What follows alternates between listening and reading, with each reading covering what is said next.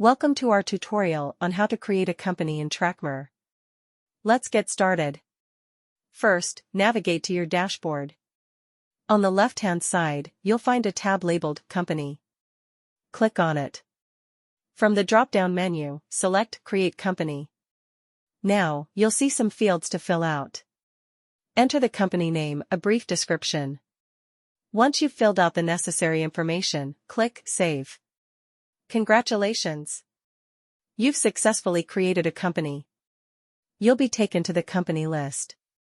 Here, you can see the list of companies you've created. You can open any of them to view or edit their details. If you need to make changes, simply click on the company and edit the information. Tracmor keeps track of when each company was created or modified, so you'll always have a clear record. And that's it. Creating a company in Tracmor is quick and easy, helping you streamline your asset and inventory management effortlessly.